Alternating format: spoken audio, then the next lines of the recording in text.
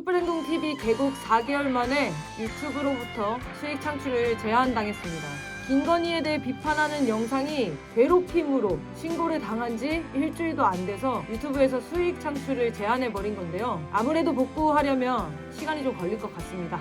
여러분, 탄압에는 후원입니다. 촛불행동TV의 정상적인 운영을 위해서 많은 후원과 격려를 부탁드리겠습니다. 잘 싸워나가겠습니다. 감사합니다. 네, 안녕하십니까. 진교의 촛불 삼총사 또 이렇게 만나뵙게 됐습니다. 시작해 봅시다. 예. 자, 우리 그 지난주에도 역시 우리 촛불 얘기 시작해야 될 것 같아요. 기세가 대단했습니다. 우리 잠깐 볼까요? 이번에 이거는 특히 주목되는 건 여러 이제 문화 행사도 있었고요. 근데 바로 이겁니다. 네, 이게 아주 멋있었어요. 그래서 저게 이제 육사의 독립투쟁 지도자 5분 뽑아버리겠다. 그렇게 했는데 뭔 소리야? 그리고 우리가 모시고 가겠다. 그래서 보면은 저기에 맨 사진에 정확하게 보이진 않지만 그 앞에 보면 혹시 김좌진 이렇게 돼 있죠. 김좌진, 그다음에 이범석, 이회영, 김원봉, 홍범도, 여운형, 안중근, 그리고 저 맨 오른쪽에 김구, 이렇게 8분을 모시고 행진을 했어요. 그렇죠.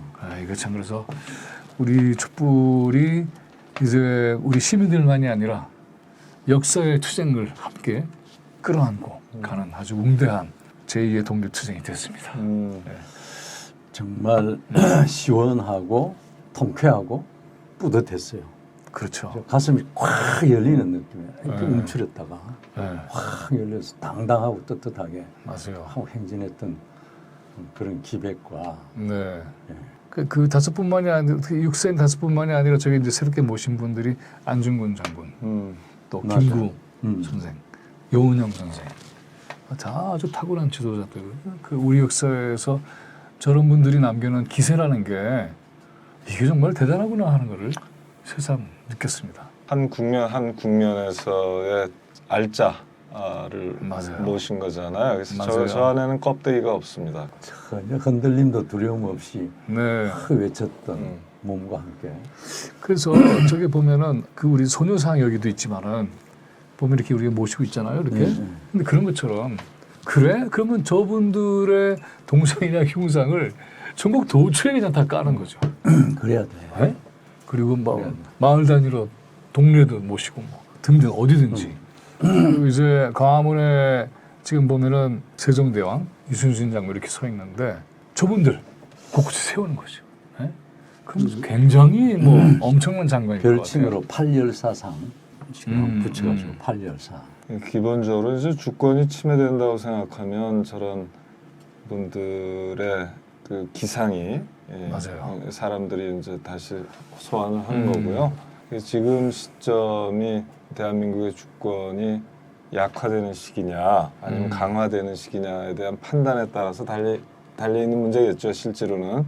그러나 저분들이 이른바 민족 정기의 어떤 한 부분을 어떤 한 시대에서 대변하고 있었던 것만 틀림없잖아요. 그래서 보면은 지금 주권 얘기를 하셨는데 주권이 국민으로서, 주권자로서의 국민으로서 주권, 민주주의를 지키는, 또 그다음에 민족으로서의 자주를 지키는 주권, 이 두 개가 다 지금 현재 위협받고 있다는 게 분명한 것 같아요. 그래서 검찰 파시즘이 민주주의를 유린하고 있고, 그다음에 친일 굴종 매국 행위가 우리의 민족적인 자주권, 존엄성을 침해하고 있고, 이번에 보면 단적으로 동해가 일본으로 뒤바뀌는 그런 상황에서 도대체가 정부가 정부로서 역할을 전혀 하고 있지 않은, 여당이 또 여당으로서 전혀 하고 있지 않고, 이런 것 속에서 도대체 그러면 우리는 어떻게 된 나라지? 이 근본적인 질문이 던져지는 것이고, 그의 촛불행동에 있어서는 주권혁명이라는 기치를 걸고 있기 때문에, 그랬을 때 이분들을 이렇게 모실 수 있는 기회가 너무 자연스럽게 만들어져서 정말 감사해요. 이게 없었으면 저분들 모신다 그래도 좀 이렇게 인위적인 느낌이 들 수도 있잖아요. 그런데 아주 자연스럽게. 그러니까. 모두가 정말 이 길을 다 받아서 같이. 아니 우리가 눈 떠보니 선진국이고 눈 떠보니 평화가 올 줄 알았고 눈 떠보니 주권이 굉장히 강화된 나라 같았어요. 사실 몇 해 전까지 하더라도. 그랬는데 다시 한번 눈을 떠보니까 대내적 민주주의나 대외적 주권이나 이런 것들이 네. 오히려 흔들리고 있는 굉장히 아이러니한 상황인데 우리나라가 우리 국력이 이만큼 강한 적이 없었는데 되려 네. 주권이 대외적으로 보면은 위태롭게 된다 그럴까 위험에 처하는 그런 상황이 돼서 글쎄 말이에요. 이거는 지금 당장의 정권을 또 국정을 운영하고 있는 정부 여당을 빼놓고는 윤석열을 빼놓고는 설명하기가 어려운 거예요. 사실은. 맞습니다. 네. 그러니까 눈 떠보니 청독고야. 눈 떠보니 이게 식민지였어. 식민지. 이렇게, 네. 다시. 그리고 실제로 보면 현재 이 윤석열 정권이 하고 있는 게 말이죠. 일제 시대의 식민지 통치의 방식을 그대로 가져와서 재현하는 듯한 그런 느낌이 들어요. 이제 여기 저희들이 보여드리고 싶은 게 특히 이제 홍범도 장군에 대한 건데 두 책에 꽤 관심을 받고 있어요. 이동순 선생이 쓰신 책과 방현석 작가가 쓴 것이 있는데 이동순 선생이 쓰신 거 한번 볼까요? 네.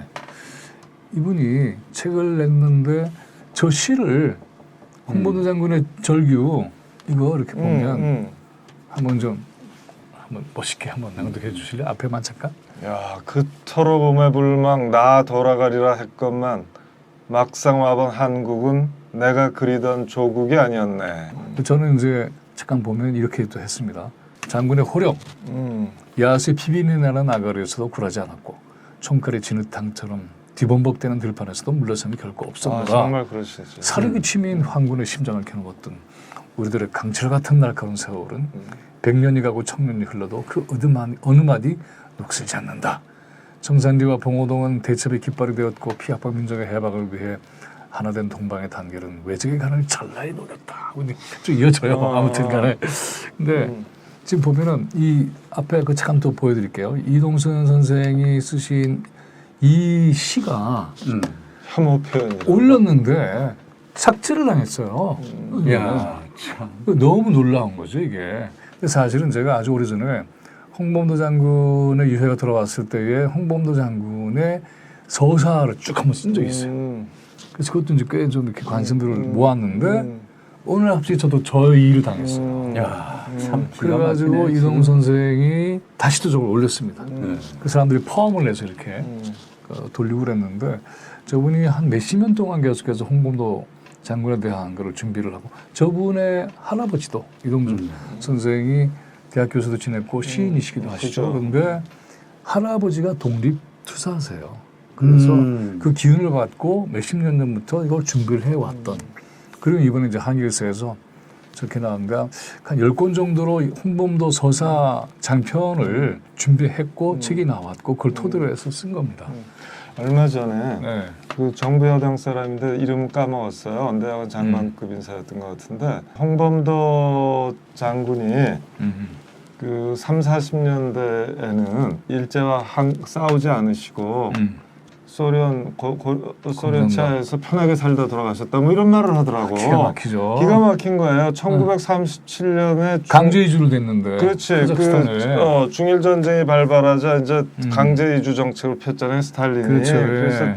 30만쯤 되는 사람들이 다 하루아침에 예. 카자흐스탄으로 강제 이주되고 그 그때 일을 싹 빼먹고 고려극장 안 수위로 했다고. 쓸쓸히 지냈었어요. 네. 그러다 놀라운 거는 홍범도 장군의 그 호령, 그 기상은 여기서 드러나. 1943년에 소련이 일본에 선전포고 한단 말이에요. 이때 자기가 의용군으로 다시 싸우겠다고 그러니까. 일제하고 싸울 기회를 달라고 나이가 좀 많으시니까. 73세 73세.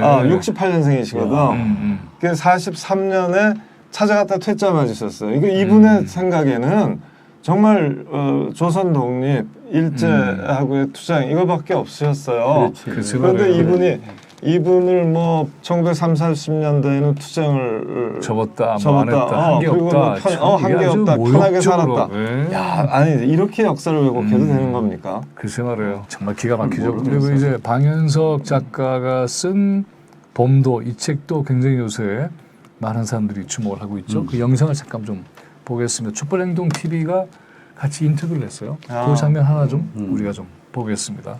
그런데 이제 최근에 이 국방부와 그리고 이제 육사 내에서 있는 이 흉상을 시비를 걸고 경력을 이제 문제를 삼으면서 이제 많은 분들이 지금 이 뉴스론에서 분노를 하고 있습니다. 그래서 이제야 좀 제대로 조명이 되나. 그렇게 된 지 지금 한 1, 2년밖에 안 된 것 같은데요. 이제 그런 와중에 지금 정말 다시 그야말로 거리로 끌려 나와서 지금 모욕을 당하고 있는 이제 그런 참 그 죄스러운 마음인데요. 이 범도를 쓰신 작가로서 도대체 이런 일이 왜 일어나게 된 건지 좀 생각해 보신 게 있으시면 좀 여쭙고 싶습니다. 저는 두 가지를 주로 처음에는 거론을 했습니다. 하나는 이제 레닌을 만나고 공산당에 입당을 했다. 네네. 그러는데 그 레닌을 만날 때 네. 스스로 작성한 앙케이트가 있지 네. 않습니까? 그 앙케이트에 이미 다 나와 있지 않습니까? 많이 돌았습니다 이번에. 네, 그거 많이 보셨잖아요. 그 앙케이트 본인이 직접 다 써놨잖아요. 이름 홍범도, 홍범도 직업 어병, 직업우병. 네, 목적 고려 독립, 네. 소속한 정당이나 단체 없어. 이게 1922년에 네. 레닌을 만날 때 홍범도가 작성한 그 앙케이트고 그 대회의 이름은 극동 민족 대회입니다. 저기 이제 정확히 표현하면 극동 피압박 인민자 대표회의 이렇게 돼 있어. 피압박 민족대회 또는 피압박 인민자 대회 이렇게 돼 있는데 그 앙케이트라기보다도 저게 입국 서류예요. 서류고 그 예를 들어서 김규식 선생 같은 경우도 저게 남아 있는데 재미있는 게 보면은 할 수 있는 언어 그래서 언어 몇 가지 다 이렇게 써 있고 이렇게 자기가 이제 누군지를 설명하는 그러한 서류인데 1822년에 저 극동 피압박 인민자 대회의 성격을 정확히 정리하는 게 중요하겠죠. 저것도 이제 시비를 걸잖아요. 레닌을 만났네.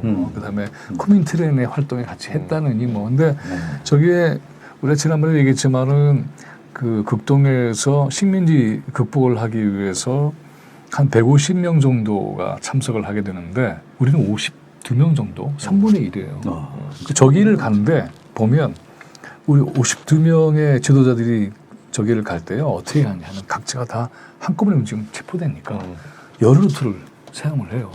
김주식 선생 같은 경우는 보면은 만주에서 곧장 가면 잡힐 것 같으니까 몽골 지역을 지나서 풍천 도속을 하면서 가십니다. 그러니까 이게 대단한 거죠. 그리고 저게 어떤 과정이 있냐면은 1917년에 볼셰비크 혁명이 있었고 그 다음에 시베리아는 이제 100개 적게 해가지고 싸움이 계속 됐다가 20년, 21년에 정리가 되죠. 간신히 네, 그래서 시베리아 공화국이 만들어지고, 분들이, 네, 시베리아 공화국이 만들어지고 이게 그대로 소련에 딱 해서 전체가 정리가 되고 이런 정리가 된 상황 속에서 식민지 체제를 해결하는 그 운동에 레닌이 지원하기 시작하죠. 여기 또 하나 우리가 잊지 말아야 될 게 우리 1919 3.1운동 했을 때 두 가지 운동이 세계사적으로 중요한 관심을 우리 민족이 갖게 되잖아. 하나는 레닌의 볼셰비크 혁명, 하나는 윌슨의 민족 자결주의.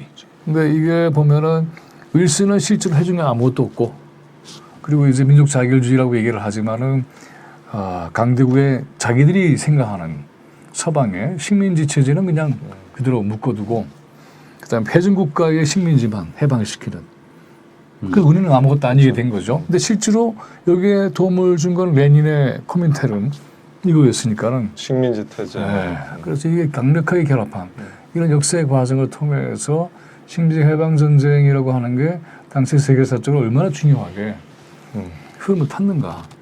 그래서 우리의 항일 투쟁이라고 하는 것 세계 혁명사하고도 결합된 바로 그 중요한 사건인데 이거를 이제 모독하는 거죠. 그래서 그런 거를 좀 이렇게 알릴 필요가 있다. 그리고는 그것이 이제 토대가 돼서 그 이후에 30년대 들어가면은 세계 공황이 일어나고 독일과 이태리와 일본이 군부 파시스트 체제로 넘어가잖아요. 그렇죠. 이들과 가장 격렬하게 싸웠던 이 세력이 바로 이런 분들이셨잖아요. 그래서 그런 거를 정리를 하나도 안 하고 도리어 저렇게 폄하하고 그리고 세계 공산주의 운동이라고 하는 당시 이제 가장 앞세웠던 것이 우리의 경우도 그랬지만은 타도 제국주의. 반제죠. 네. 반제. 타도 제국주의, 반제.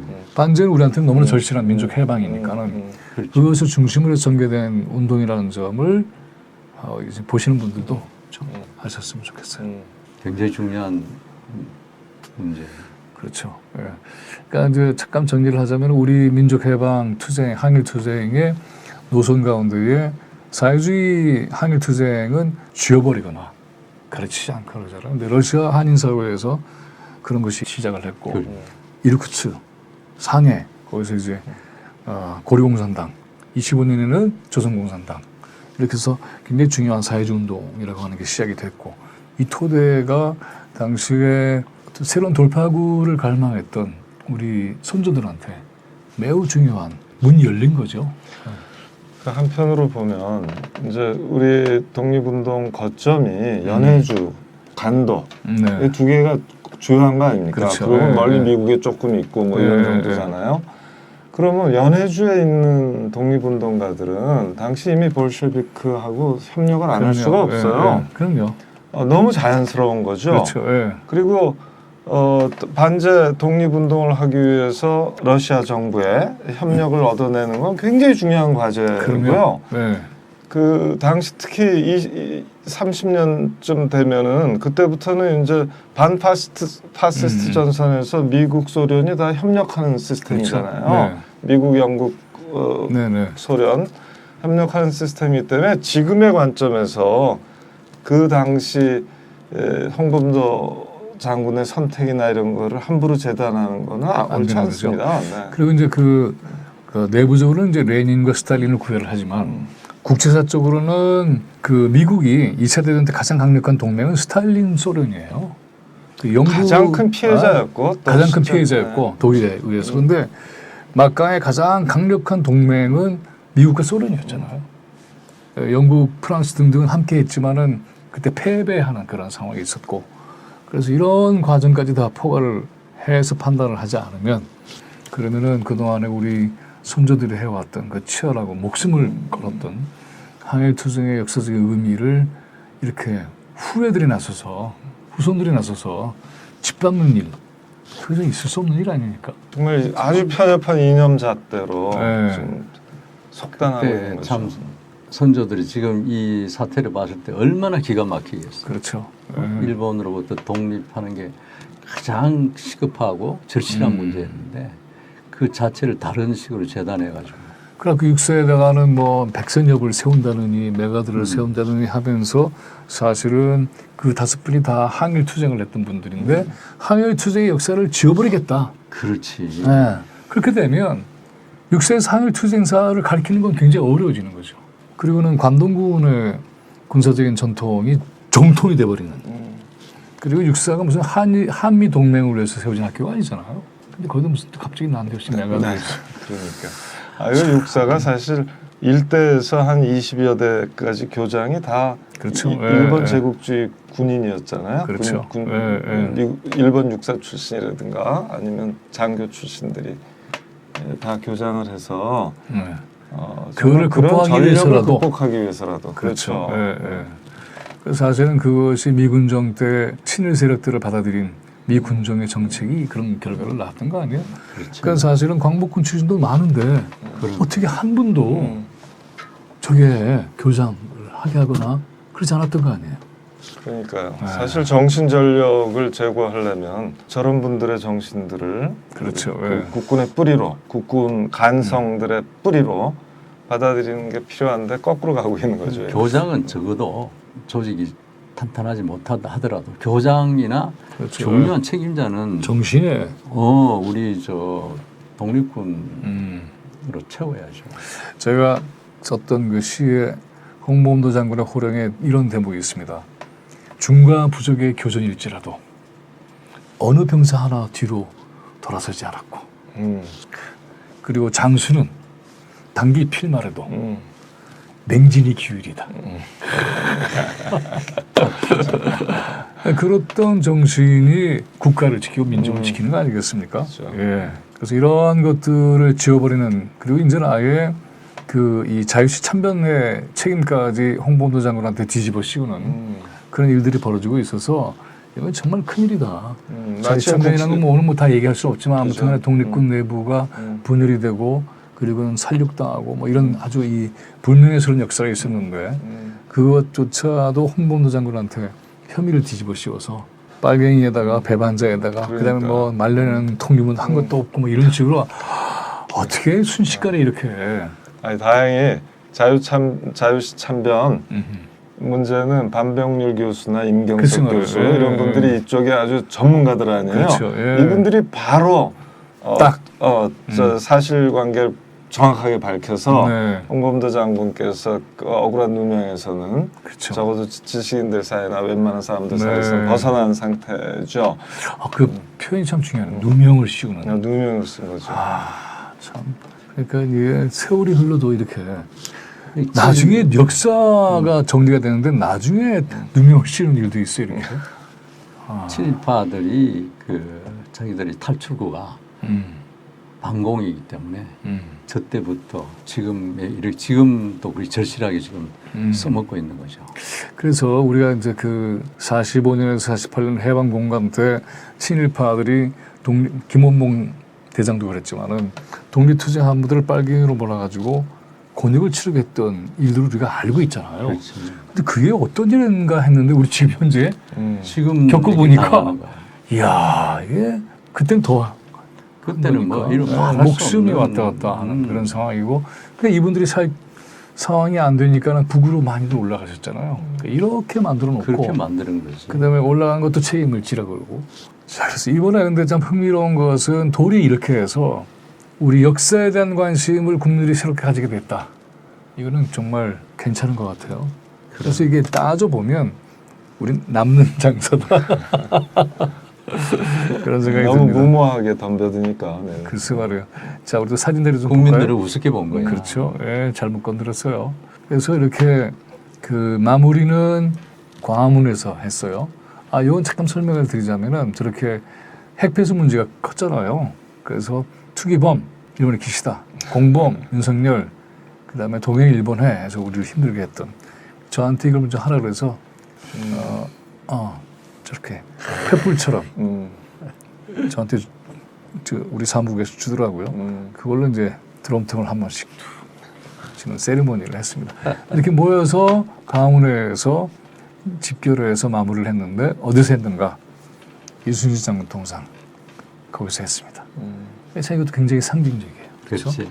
딱 그래서 이순신 장군 저 동상까지 끌어내리라는 건 아니겠지. 그래서 결국은 우리 촛불행동이 보면은 주권혁명의 기치를 가지고 있는데 민주주의를 유린하고 있는 이 상황에서 국민들의 주권자라는 걸 밝히고 민족적으로도 우리의 자주의 입장을 지켜내는 이것이 이제 우리한테 매우 중요한 역사적인 과제가 됐다. 일단 이렇게 말씀을 드리고 싶습니다. 그 다음 얘기 좀 들어가죠. 교사들 지난주에 엄청 모였죠. 그리고 그렇죠. 이제 참 9월 4일 공교육 멈춤 한 또 5만 명이 이렇게 모였습니다. 그래서 이게 징계하겠다라고 교육부가 협박까지 했는데 그래? 우리 하겠어. 그래서 치고 나왔던 거죠. 네. 다행히 이제 이주호 장관이 네. 겁먹었어요. 네. 지난주 토요일에 30만 가까이 모였잖아요. 네. 그리고 또 9월 4일 날 그 이틀 네. 후인 월요일 날 또 사람들이 많이 모였지 않습니까? 그건 전국적으로 이제 공식 추모 네. 모임들을 서울만이 아니라 또 다 각 했어요. 굉장히 물론 많이 이제 모인 거예요. 예. 하도 이주호가 겁박을 해대니까 이제 그렇게 분산이 된 효과도 있었죠.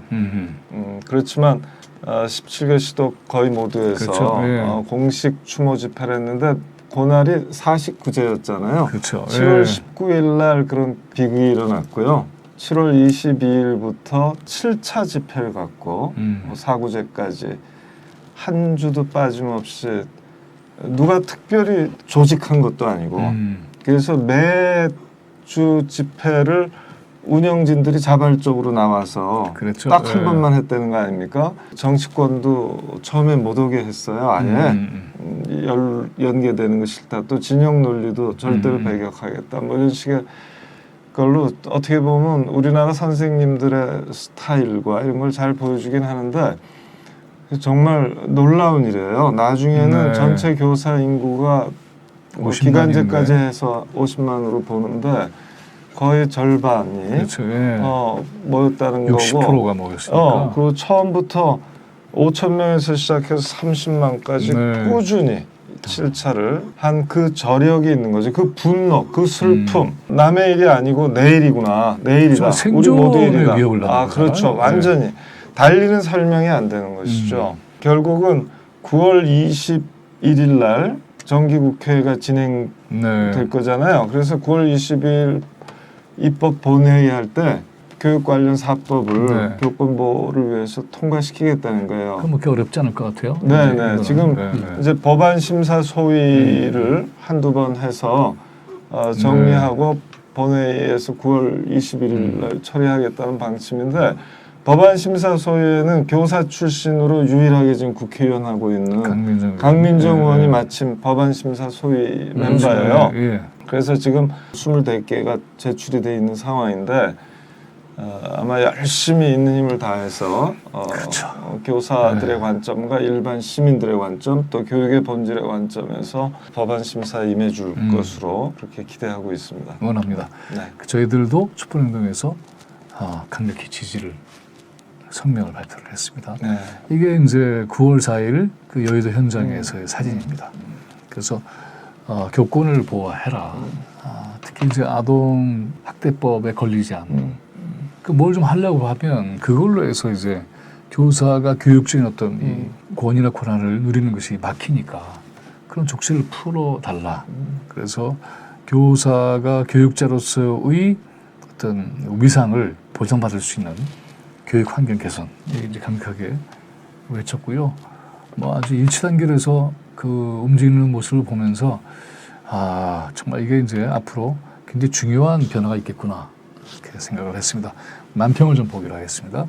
자, 하나씩 좀 설명을 해주시죠. 지금 교사가 학교에서 뭐 어떤 일어난 아이들끼리의 사건이나 이런 데 있어서 완전히 밥이죠 지금. 그래서 결국은 뭐 법원으로 가고 얼마나 들어있겠어요. 그러니까 교사를 사법 처리도 가능한 관리 대상으로 삼아버린 그렇죠, 거죠 이게. 그렇죠. 그리고 아이들. 교장이 지켜줘야 되는데 교장은 그거 안 하고. 그래서 아이들까지 네. 고소할 수 있어. 그러니까 어른들이 하는 거 보고 배운 거죠. 그래서 같이 하는 거야. 결국 갈 길이는 이런 그 치욕감이 얼마나 그렇죠. 하겠어요. 예. 그래도 이제 영가평가해서 다 왔어요. 그랬더니 이제 아까 이주호 교육부 장관 얘기를 했지만은 니네 나오면 파면 해임 할 거야 이런 식으로. 네, 이거 집단 행동에 하는 거다 해서 징계하겠다고 특히 겁박을 교육 철학이 계속했는데 파면 해임. 교육 철학이야. 파면 해임으로 모든 걸 교육적인 효과를 다 보겠다. 이번 이주호가 대응을 굉장히 잘못했죠. 우선 교과부 장관으로 특히 MB 시절에 교과부 장관, 교과부 실세 5년 했잖아요. 그리고 그렇죠. 또 네. 1년 가까이 교육부 장관을 한 사람으로서 여기에 대해서 굉장한 책임의식을 가져야 돼요. 그러면 저렇게 자기 일로 생각하고 추모하고 연대하고 요구하는 그런 교사들의 움직임에 대해서 그래 이게 지금 막 10만 20만 돌파하고 있는 상황이잖아요. 그러면 그래 이걸 공식 추모의 날로 지정을 하고 그렇죠. 학교 안에서 네, 지원 그렇게 차원에서 해야죠. 얼마든지 하게 하고 무엇보다도 공식적으로 집회에서 집결된 요구 사항들이 있잖아요. 그렇죠. 이런 네. 것들을 갖고 토론하시라. 이런 날로 만들어줘야 되는 거예요. 그렇죠. 네. 토론을.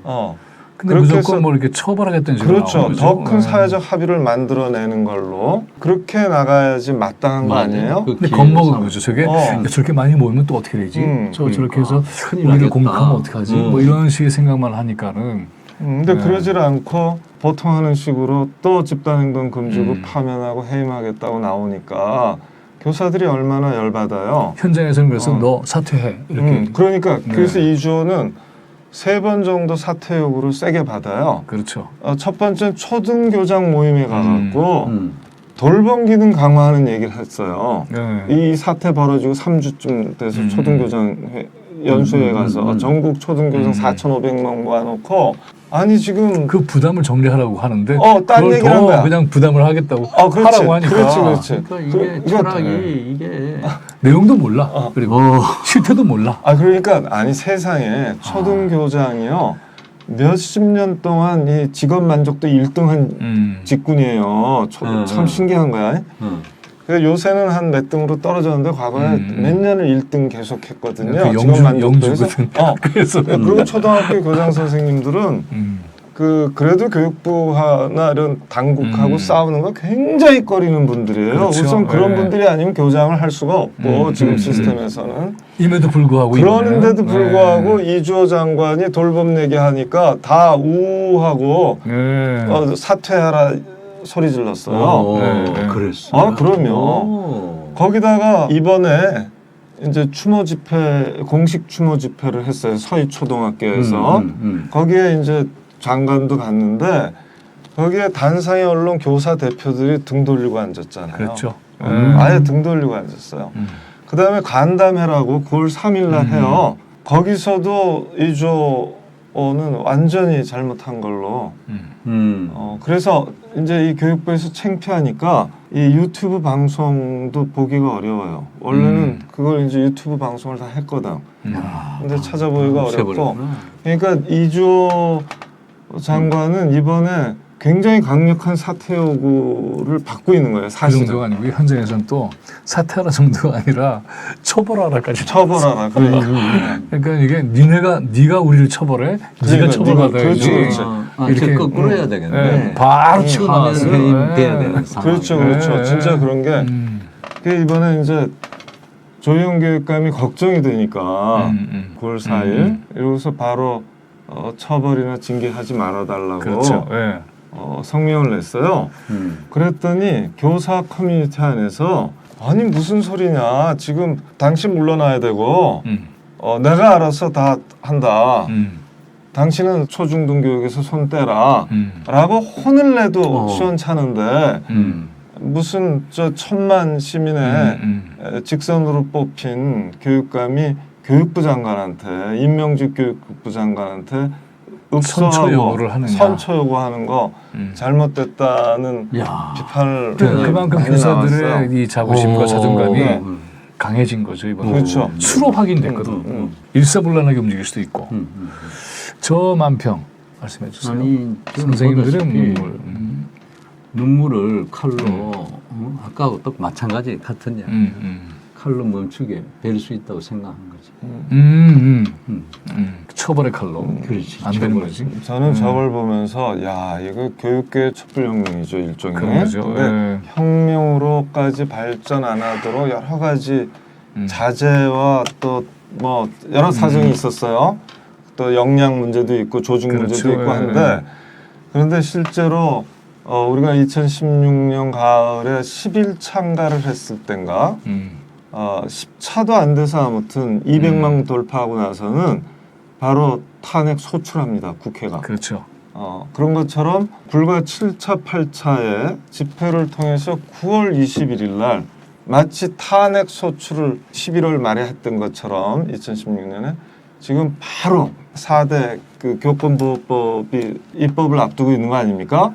그러니까 그만큼 강력했던 거예요. 그렇죠. 다만 아쉬움이 있으면 이게 근본적으로 이런 교사들이 계속 모인 거는 정말 슬프고 남의 일로 생각하지 않고 분노하고 해결책을 모색했던 건데 아주 근본 원인으로 보면 우리 다 알지만 교사들의 신분 문제를 해결해야죠. 입시 교육의 한편에 있고요. 그래서 이 안에서 경쟁 우위를 달성하겠다는 이제 부모들의 어떻게 보면 자연스러운 욕망 구조가 있는 거야. 구조적인 거지. 동시에 그 문제 해결할 수 있는 교사들의 주체적인 신분, 그렇죠. 보호, 교사들의 정치 기본권, 노동 기본권, 그렇죠. 들이 이제 교권의 중요한 요소잖아요. 핵심이죠. 예. 그래서 이 부분에 대한 문제 제기로까지 연결이 자연스럽게 더 됐으면 좋았을 텐데 이제 아마 그렇게 되지 않을까 싶어요. 이제 1차적으로는 아무튼 거죠. 이제 악성 민원에서 비롯된 걸로 봤기 때문에 악성 민원 관련 이 부분을 1차 해소하고 더 나아갈 수 있기를 우리가 기대하고 있죠. 그 교사들이 모이는 오픈 채팅방의 논의를 지켜본 선생님들이 이렇게 얘기를 하는 게 뭐냐면요. 이러면서 의식이 달라지고 있다. 그렇지. 이게 맞아. 저희 모임의 힘 요구의 어떤 효능감도 경험하게 됐고 우리가 할 수 있구나. 그리고 이게 단순히 어떤 이 해주세요 하고 우리를 지키는 방패 정도 없는 게 아니고 그래서 보면은 몇 차 쭉 해오면서 9월이 좀 바뀌기 시작해요. 그리고 9월 4일 날은 우리가 하겠다 이렇게 나와요. 우리가 할 때는 얘기는 뭐냐면 교사의 주체성을 갖는 것이고 그것은 결국은 정치 기본권을 발동을 해야 그래야 그럼 그게 그 핵심인데. 안에서 교사들의 요구를 정치화하고 법제화하고 제도화할 수 있는 그런 게 나오지 않겠습니까? 근데 그런 쪽으로 그까지 가야 돼. 가는 것이고 아마 이제 이 윤석열 정권과 이주호 교육 체제는 그 요구가 나올까봐 미리부터 막는 게 수다라고 생각했는데 잘못한 거죠. 조금 여담이긴 한데 네. 우리 광노현 교육감이 교육감을 하든지 교육부 장관 했었으면 얼마나 참 행복했을까. 그 전에 정권을 세워야 정권을 세워서 그거 좀 볼까요? 그 다음 거 기가 막힌 얘기를 했죠. 신성한 교사가 스스로 노동자로 자기를 격하했다. 아니 그러면 노동자는 뭐가 되는 것이고 뭐야, 말이야. 신성한 교사라면 신성하게 대접도 해줬어 언제? 참 그리고 이 교육 노동이 갖고 있는 그런 가치에 대한 인식이 없으니까는 돌봄 기능을 강하겠다 이런 식으로 해서 교사들을 갖다가 그런 식으로 부려먹어도 된다고 생각한 거 아니에요? 그러니까 초등학교 교사 선생님들이 그렇죠. 반발한 거죠. 이게 그러니까 보면 지금 보면 저건 진짜 저 신성한 직업으로서의 교육 어쩌고 했잖아. 그러니까 네. 일반 직업은 신성한데 노동 그러니까. 직업은 전혀 신성하지 않다. 오히려 우리가 문명의 모든 지금 혜택을 누리는 거에 기본에는 사실 3D 노동이 있잖아요. 육체 기가 노동이 막힌 있고 거죠. 네. 그거 우리가 가서 관광을 한다는 모든 빛나는 문명의 빛들 다 저 3D 노동의 그 결과들이에요. 우리 일상도 어, 다 그렇게 해서 다. 지탱되는 거예요. 아니 뭐 지금 이게. 청소 노동자들이 며칠을 파업해봐요. 돌봄 그럼요. 노동자들이 며칠을 그럼요. 파업해봐요. 네. 견딜 수가 없다는 세상의 진실이 드러나거든요. 그런데 저렇게 노동자는 비천하게 보고 정말 저런 따위에 아니 저 생각을 가지고 있는 국회의원도 교사도 교육 노동자잖아. 그럼 자기들도 입법이면 입법 노동자지. 그다음에 뭐 관리직도 마찬가지지. 그렇죠. 정무직 노동자. 엄청난 노동이 들어가는 것이고 노동을 권력이 하는 들어가는 것이고. 것이고 체력도 필요한 것이고 시간도 필요한 것이고 저 정성도 사람들은- 필요한 것이고 저 사람들이 이제 저게 무슨 뜻이냐면 저렇게 쓸 때는 노동자는 종속 노동자란 뜻이잖아요, 사실은. 그러니까 전문직들은 종속성이 약하다 이거지. 자본 종속성이나 사용자 종속성이 약하다는 뜻으로 얘기를 하고 있는데 저게 우선은 잘못 알고 있죠. 한 사람 한 사람의 그러니까 국가를 상대로 사용자인 국가를 상대로 근로조건이라든가 어떤 것도 그럼요. 왜냐하면 근로조건은 법과 제도로 만들어지잖아요. 교사는 공무원이라. 그렇기 때문에 정치의 문제예요. 그럼요. 사실 정치 배제할 수 없는 겁니다. 근데 교사들은 제도 문제. 파업도 못 하잖아요. 그러니까. 네, 파업권도 없어. 저게요 어떤 데까지 얘기할 수 있냐면 저런 식의 인식 구조는 그 종속 노동을 너무 당연하게 생각하는 거예요. 사실은 노동자들도 경영에 참여할 수 있고 소유에 참여할 수 있는 제도가 필요한 거 아닙니까? 그렇죠. 네. 그렇게 생각하면 자기 결정권의 문제. 그렇지.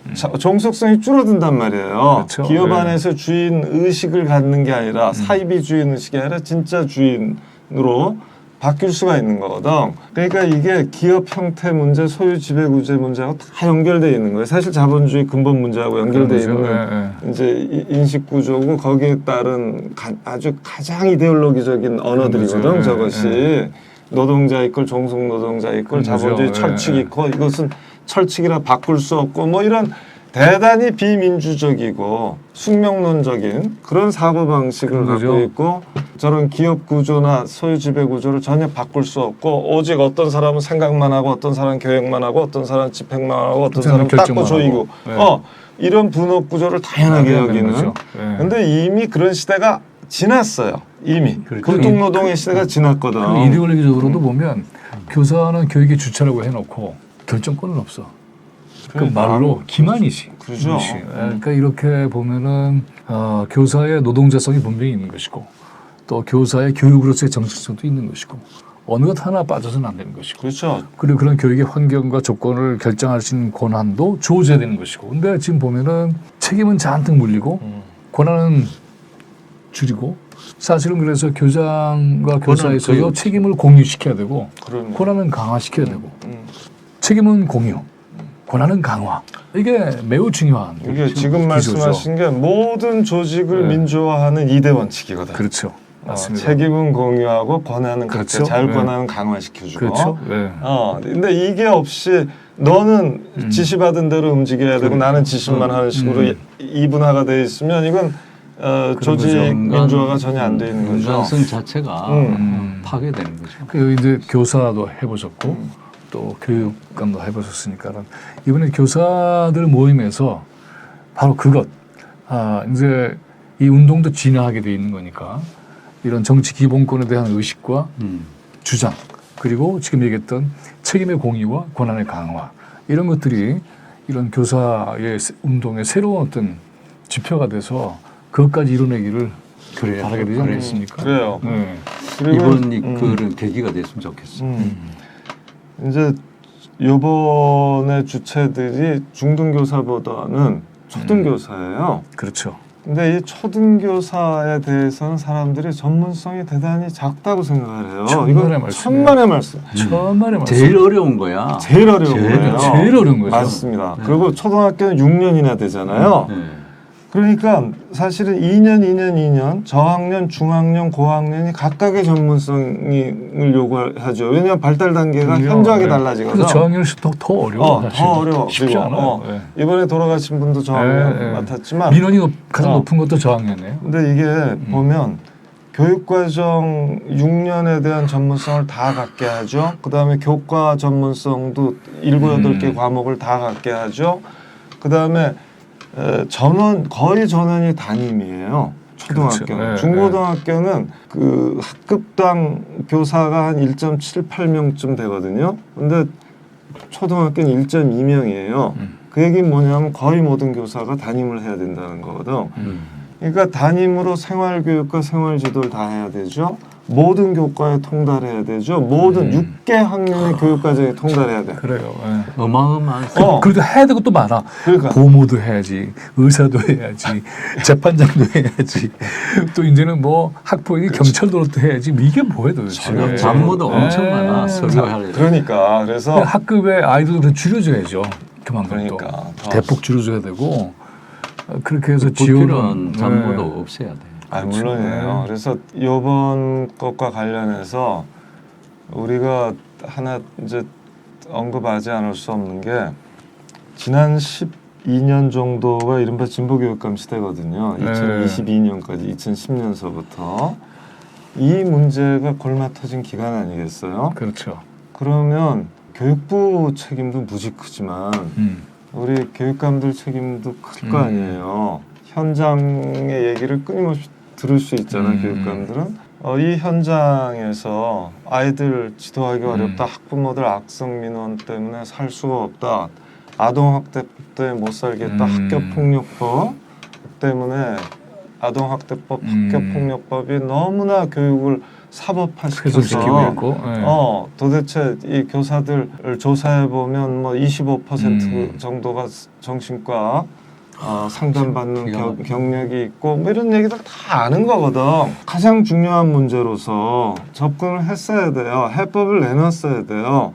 그렇게 했더라면 우리가 그렇죠. 작년에 진보교육감 시대가 반쪽이 나질 않았겠지. 그래서 이 부분은 참 아쉬운 부분이에요, 사실은. 하느라고 했는데 반성도 해야 돼. 우리도 반성도 해야 되는 얘기는. 저는 이 대목에서 전에도 주장했지만 제 이야기하는 건 아무도 실제로 하려고 하지 않을 이야기입니다만은 학생 인권 조례가 있는데 그 조례에 다시 들어가야 될 항목이 있어요. 제가 볼 때 뭐냐면 학생이 인권이 그저 뭐 사고가 났을 때 이렇고 저렇고 뭐 잠을 자고 뭐 이렇게 뭐 때리고 맞고 이런 차원이 아니라 학생의 인권 중에 하나가 전에도 이야기했지만 아이들 간에 일어난 여러 가지 사건 사고에 대해서 스스로 해결할 수 있는 그렇죠. 권리가 있다는 권한이 줘야 되는 거예요. 아이들한테. 그러니까 어릴 때부터 자기 결정권을 훈련하고 경험하고 그걸 다 줘야 합니다. 그리고 교육에 대해서 나는 이런 교육이 안 맞다. 나는 우리는 새로운 이런 과목들을 설치해라든지 우리에게 뭐 연극도 하고 영화도 만들 권리를 달라든지 또 정치를 할 수 있는 뭐 그걸 달라든지 하는 그런 권리를 줘야 되는 거예요. 자기결정권의 권리. 그렇지. 네. 왜냐하면 아이들이 행복하지 한가 안 한가를 누가 판단하냐면 아이들이 판단해야 되잖아요. 스스로. 그렇죠. 그런데 네. 그걸 마치 아이들의 행복에 대해서는 아이들은 모른다. 음. 어른들이 다 안다. 학부모, 교사 뭐 이런 사람들 쪽에서 판단을 해가지고 이렇게 하면 행복할 것이다. 이렇게 안 하면 넌 앞으로 큰일 날 것이다. 이런 식으로 아이들에게 스스로 내가 정말 행복한가, 내 행복을 찾으려면 길이 뭔가를 생각할 수 있는 권한을 줘야 되는 거죠. 그렇죠. 안 그러면 소외되는 거죠. 그 지금 자기 스스로 계속 소외되는 거예요. 자기 일이 아니야. 공부가 자기 일이 아니라니까 학생 인권 조례가 체벌이고 이런 데서 이제 벗어나서 정말 자기들의 삶을 자기가 자각하고 맞아요. 또는 기획하고 주장할 수 있도록 그런 새로운 인권 조례가 만들어져야 돼요. 그 부분은 이제 강조를 어떻게 하느냐에 달려 있거든요. 그래서 당연히 지금 말씀하신 건 너무나 당연하고 너무나 필요한 거예요. 그래서 이렇게 표현했거든. 학교 입법권에 참여해야 된다. 학교 사법권에 참여해야 된다. 이건 징계, 상벌. 그다음에 입법권이란 교칙이라든가 각종 생활 규정, 뭐 핸드폰 규정이 되든 여러 가지가 있을 수 있죠. 그다음에 학교 경영권에 참여해야 된다. 그렇지, 행정권에. 그렇지. 이건 맞아. 뭐냐면 교육과정을 어떻게 짤 것인지. 맞아요. 그래서 학교 운영위원회 학생 대표들을 당연히 필참시켜야 된다. 필참해야죠. 지금처럼 재량이 아니고 필참 시켜야 된다.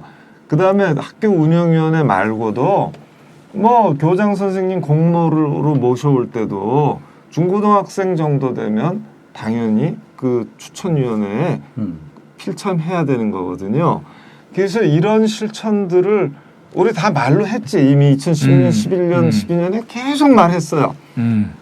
그러니까 그 후에 근데 이제 그 후에 이런 실천들이 얼마나 더 견고해지고 또 확산돼서 일반화됐느냐는 거는 이제 딴 얘기가 되는 거죠. 그래서 아쉬운 거지. 그래서 말씀하신 것처럼 학생 인권은 뭐 신체의 자유라든가 개성의 자유 이건 너무나 초보적인 거고 근본적으로는 이렇게 자기결정권에 그 학교 안에서 학교 자치의 중요한 주체로서 각종 그렇죠. 의사결정 구조에 참여하는 것, 그래서 입법과 사법과 행정에 참여하는 거로 확장돼야 된다. 그래서 이게 이제 학생의회를 만들고 뭐 이런 일련의 일들이 학생법정을 만들고 이게 전부 다 있었던 거죠. 그 결국은 그러니까 교육이 하지 않았던 말하자면은 민주적 공간을 어떻게 만들어낼 것인가는 정치의 문제이기도 해요. 사실은 그래서 어릴 때부터 자기결정권을 가진 시민으로서 자기의 환경을 자기가 창조할 수 있는 이런 이 교육의 과정이 만들어지면 또 그것을 또 교사들이 할 수 있게 하고 그리고 이제 16세 이상은 정당 가입도 되는데 교사들은 안 되는 상황도 타파해야 되고 그렇게 해서 어떤 민주정치의 과정을 학습하는 그런 그런 구조가 게 됐으면 없으면 좋겠습니다. 할 일이 뭐겠어요. 자는 것밖에 없어요. 그렇죠. 그러니까. 자, 우리 그 다음에 또 중요한 주제로 들어가겠습니다. 이 뭐 아이고. 갑자기 반국가 뭐 그다음 국채 뭐 이렇게 나오고 일단 이거에 대한 겨냥을 이제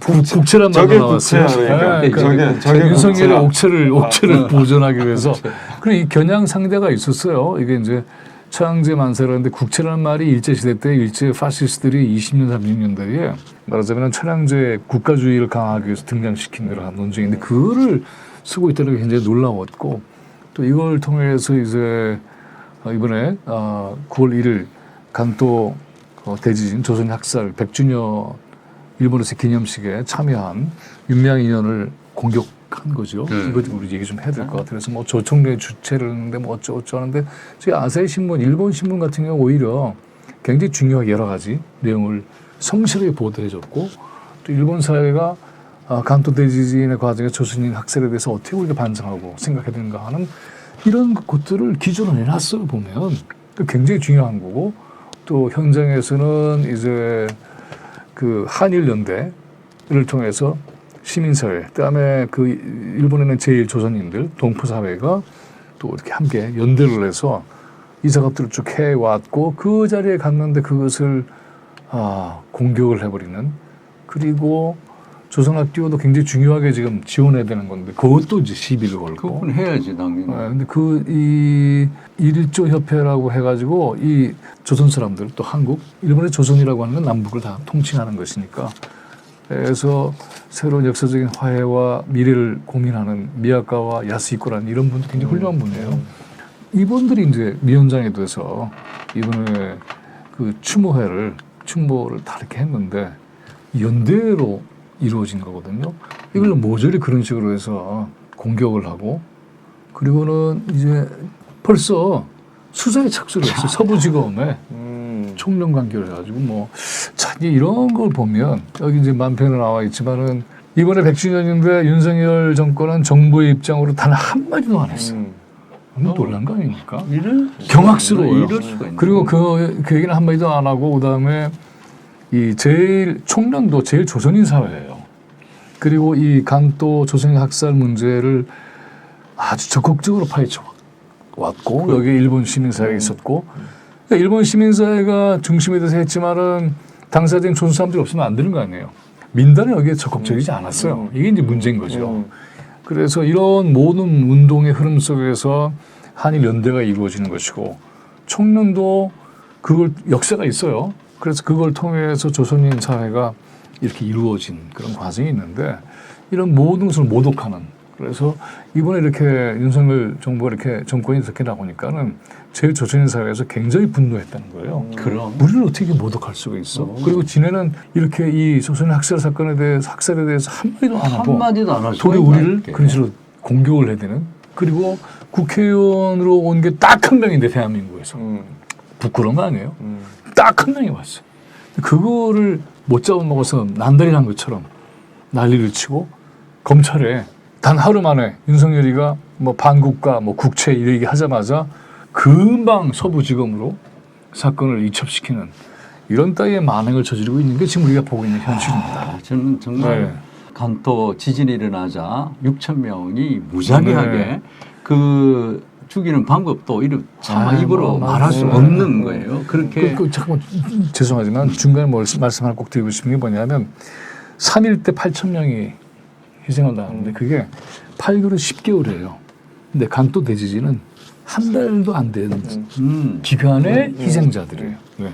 그 일일이 말하자면 정말 부모 앞에서 아이를 죽인다든지 톱으로 팔을 쏜다든지 이런 말할 수 없는 잔혹한 짓을 갈고리를 동원하고 바다에 던지고 불에 태우고 그런 것들을 6,600명으로 추정하는데 그러한 어마어마하게 끔찍한 사건이에요. 민족의 비극이죠. 이 동포들이 이렇게 죽어갔어. 그러면 이것이 지금 한일 관계에서나 여러 가지 외교적으로 이걸 강력한 무기로 이야기해야 하는 거야. 이걸 갖다 대고 지금 위안부뿐만 아니라 이런 것까지 해야 무기보다 된다고 요구죠. 나는 정당한 요구죠. 요구를 해야 되는 네. 것이. 이건 사과하고 배상해라. 당당하게 요구할 거라고 나는 기대를 했는데 입도 뻥끗 안 해요. 오히려 이걸 이야기하는 사람을 어떻게 해코지 하려고. 그렇죠. 뭐라 세우는 거죠. 기가 막히는 일이야. 기가 막히는 일이야. 근데 저게 보면은 당시에 사진 자료도 남아 있고요. 또 신문 보도도 남아 있고 현장을 본 당시 아이들의 그림도 남아 있고 당시에 이거를 겪어냈던 일본 사람들의 증언도 남아 있고. 그럼요. 그래서 이건 뭐 꼼짝 못하는 것이고. 당시 전 세계로 일본 동경에 이제 외국 특파원들이 다 나와 있었잖아요. 네. 그래서 전 세계로 발신되고 사진과 네. 이런 기사들이 국제적인 큰 관심사였죠 당시에. 저는 비극으로 네. 알려져 있었고. 저걸 보면서 저게 이제 그 22년이니까는 1919년에 우리의 3.1 독립항쟁을 일본이 겪었고 그전 의병 활동부터 해서 이걸 겪어서 조선 사람들에 대한 어떤 두려움이 일본에게 있었고 이번 기회에 이것을 싹 진압을 하지 않으면 안 되겠다 싶어서 그렇게 한 짓이고 저게 이제 자경단 얘기를 하지만 우발적으로 일본 시민들이 한 것이 아니고 계엄령 선포를 했잖아요. 맞아. 네, 자연재난의 계엄령 선포 말이 안 되는 건데 계엄 선포를 하고 삐라를 뿌리고 그래서 군과 경찰을 풀어서 먼저 자경들 조직을 하게 해서 일본 국가가 주도한 학살이에요. 이게. 근데 그거에 대한 것이 이번에 발견됐어요. 150명 정도를 살해한 그 명단과 이게 나왔습니다. 그리고 그게 아세신문에도 보도가 됐어요. 번역이 돼서 국내에도 좀 알려지긴 했습니다만은 이런 국가 폭력과 범죄예요. 그러니까 저는 이걸 보면서 일본 사회라고 하는 것이 일본의 근현대사가 침략주의로 시작되잖아요. 이 침략주의에 대한 반성이 없는 사회는 윤리적으로 파산한다. 일본 사람을 보면 굉장히 개인적으로는 좋게 느껴지는데 그러한 사적 관계에서의 윤리의 우아함은 저런 역사나 정치 문제에 가서는 암담하기 짝이었거든요. 그러니까는 이 우아하다고 여겨지는 이러한 사적 윤리는 기만과 가짜니까 혼내라는 게 있는 거죠. 숨겨놓은. 이게 이제 윤리의 모순이고 저게 이제 일본 사회가 저런 식으로 얼마나 버틸 수 있을까. 이것을 스스로 반성하는 것이 일본 사회를 스스로 구하는 길이다. 안 그러면 정말 이렇게 일본이 침략주의를 내세운 군사주의를 다시 이제 발동하려고 하는데 이것은 정말 일본 사회 깊이 들여다 봐야 되고 일본의 또 이 진보적이고 양심적인 지식인들은 끊임없이 얘기를 하고 있단 말이죠. 이런 것들을 우리가 읽힐 필요가 있다고 봐요. 일본은 네. 오히려 그 반성을 하고 또 다시 한번 그 조사를 하고 기억하고 얘기를 하고 있는 중인데 사람들이 있는 거죠. 다는 아니지만 있는데 네. 우리는 거꾸로 가고 있는 거야. 관심도 기가 없고 막힌 것이죠. 관심 가지면 빨갱이라 그러고 네. 정말 놀랍죠. 우리 100주년이기 때문에 뭔가 한마디는 나올 줄 알았잖아, 진짜로. 네. 근데 아무 말 없이 불편하게 게. 불편을 끼쳐드리지 않으려고. 그러니까 네. 딱 그거밖에는 달리 해석이 안 되잖아요, 지금. 그렇죠. 기시다 불편하지 않게 하려고 한미일 협력, 그렇죠. 세계 그게 이제 불편하지 핵심이에요. 않게 하려고. 네. 미국이 요구하는 한국과 일본의 관계를 만들어내야 자기들의 권력이 탄탄해진다. 이런 썩어빠진. 아니 그래도 그렇죠. 어떻게 100주년을 더군다나 한마디라도 그래요? 해야지. 그러니까 그냥 넘어가냐고. 글쎄 말이에요. 지나가는 글쎄 말이라도 말이에요. 해야지. 그리고 이번에 이제 정확하게 얘기해야 되는 것이 뭐냐 하면 청년 주간이라고 언론들이 막 떠들잖아요. 윤미향 의원을 공격하는데 청년 주간한 게 없어요. 그러니까 실행위원회에 참여하긴 해요. 근데 총전에 주관한 것도 아니고 그리고 이제 지난 한 몇십 년 동안에 일본 시민사회가 이 문제에 대해서 깊이 파고들고 조사하고 또 총련이 굉장히 적극적으로 이 문제를 대해왔고 이런 연대의 과정이 이번에 100주년을 만들어낸 거예요. 그러니까 이 간또 조선인 학살의 100주년을 어떻게 우리가 이제 맞이할 건가 하는 고민을 일본 사회가 한 거잖아요. 이게 이제 아주 오랜 세월 동안에 이 고민을 했고 이러면서 일본 사회가 조선인들에 대한 사죄를 하고 일본의 미래를 위해서라도 이 문제에 정직해야 되겠다 이런 입장을 보이는 것이고 그 자리에 간 거예요. 굉장히 소중한 거죠. 그리고 민족의 비극은 20년 뒤에 일어났던 민족의 비극이 뭐 남과 북이 어디 있어요. 안 간 걸 부끄러워해야 되죠. 그럼. 그래서 이런 것들을 정리하는 일이 필요하다. 가야 되는 거예요. 그렇죠. 일본 국회의원은 좀 어때요? 그럼요. 국회의원, 도지사도 왔고 일본. 동경도 도지사도 왔어요. 그러니까 이런 얘기들을 안 하는 거지. 거기 온 사람들이 되게 누군지. 중요한 거야. 그렇지. 거기 온 사람들이 누구냐. 그렇지. 일본의 지도자들, 일본 도지사, 뭐 시장 뭐 이런 사람 다 온 거예요. 이런 사람들 같이 했구나. 근데 그 그림을 싹 지워버리는 거지. 그러네. 지금 청년만 청년만 딱 딱 띄우고. 그런 거죠. 왜곡이죠. 이 모르지 않거든요. 아주 고의성이 농후한 거죠. 그러다 중앙일보는 갑자기 무슨 뭐 조선학교 그걸 지원해? 이 조선학교를 지원한 건 몽당 연필이 10년 전에, 12년 전인가 오래됐어요. 만들어져서 지도로 돕고 있고 조선학교는 우리 사회가 잘 모르는데 45년대 해방이 되자마자 일본 사회에서 국어 강습소라는 걸 만들어요. 그게 모태가 돼서 조선학교가 만들어집니다. 근데 이 조선학교는 여러 번 폐교에 처해요. 첫 번째가 일본의 미 군정에 의해서 폐교당합니다. 그 일본사에서 민족교육 없앤다라고. 맞아, 그래서 이 45년인가 학교로서의 역할을 못하게끔 끊임없이 괴롭히는 거예요. 근데 이걸 뚫고 나옵니다. 그리고 57년에서야 이제 자력을 하는 게 어려우니까는 57년에 이제 조선학교의 주체들이 남과 북에 지원을 요청을 해요. 근데 북에서는 지원을 했는데 남에서는 지원 안 한 거죠. 그러니까 마치 그거를 한국에서는 조선학교는 북이 일본에다가 심어서 만든 학교처럼 생각하는데 천만의 말씀 아니에요. 일본에 있는 제일 조선인들이 자이니치라 그러죠. 이분들이 해방 이후에 민족교육을 위해서 스스로 만든 학교예요. 지금도 자력을 하고 있고 근데 이것을 법으로나 제도로 계속 일본 사회가 틀어막으면 우리가 뭐라고 해야 됩니까? 니네 그러지 마라. 해야 되는 거 아니에요? 그럼 그래서 우리가 그 학교 지원하고. 나오면 그다음에는 뭐 대학교 들어가는 이 자격도 주지 않고 그러면 이건 말이 되냐? 차별이다. 그래서 이 민족 차별에 대해서 당당하게 얘기하게 해야 되고 그리고는 시민사회가 그렇게 애를 쓰는 것에 대해서 부끄러워하면서 국가적 차원에서는 이 문제를 어떻게 지원할 것인가 이런 노력들을 전혀 하지 않고 오히려 비난과 공격의 대상으로 삼는 것 성토합니다. 네. 적반하장. 일본에서 어떻게 보다는지 좀 보여드리는 거고 알고전 이것도 좀 덧붙여서 얘기해야 되죠. 9월 10일까지 전태일 기념관에서 야, 이거 진짜. 동경에서 했고 요코하마에서 했어요 참. 아니, 요코하마에서 했고 어떻게 이렇게 전시회 이름을 기가 막히게 잘 붙였어요. 네. 아이고 전. 고경일이가 글쎄 말이에요. 아니 그냥 곡소리로 아이고 전. 자 그래서 일본에서 핵폐수에 대한 시위도 일어나고 이거 하나도 보도 안 해요 우리나라. 그렇지. 자, 근데 요거 마무리 짓고 하죠. 박정원 대령의 변호사가 핵심 증거도 없이 대통령과 전쟁 벌이겠냐. 그래서 윤석열이 노발대발해서 사건을 이렇게 덮고 그렇지. 수사에 개입한 그러니까. 그 얘기를 딱 한 거예요. 이게 국정농단이잖아요. 그러면 변론서에 이미 탄핵 밝혔더라고. 대상이죠. 네. 그렇게 돼 있죠. 그래서 이것도 대단하다. 네, 한판 붙게 되는 겁니다. 대단하네. 응원합니다. 아, 그렇죠? 박수 이거. 야, 이게 정말 대단하네. 대단하네. 아 그리고 이번에 알았는데 박정훈 대령이 구속 적부심인가 뭐 그거 하면서 갔을 때 기각됐죠. 네, 근데 군사법원을 그렇죠. 기각했다는 게 놀라운 그렇죠. 일이야. 근데 그 가기 전에 해병대 동기들이 손잡고 이렇게 맞아 갔잖아요. 맞아. 남자들이 손을 잡네. 근데 저게 해병대 훈련할 때 아. 강을 건너거나 또 어디 돌파할 때 손을 잡고 간대요. 그렇지. 그러니까 이게 그리고 이제 그 이 시궁창 들어가는 훈련도 있대요. 그때도 이렇게 손잡고 함께 돌파하는 그 모습이었다는 거예요. 그래서 야, 이 동지들이 함께해서 답답한 그죠? 네. 전국에 예, 참 맑은 물 하나를 팍 샘물을 맞습니다. 마시는 기분이야. 박수 한번 진짜 칩시다. 박수 한번 쳐드려. 박대는 얘기를 화이팅이야. 항상하다 보니까 벌써 이제 1시간이 지났네요. 네, 오늘 또 이렇게 끝내게 됐습니다.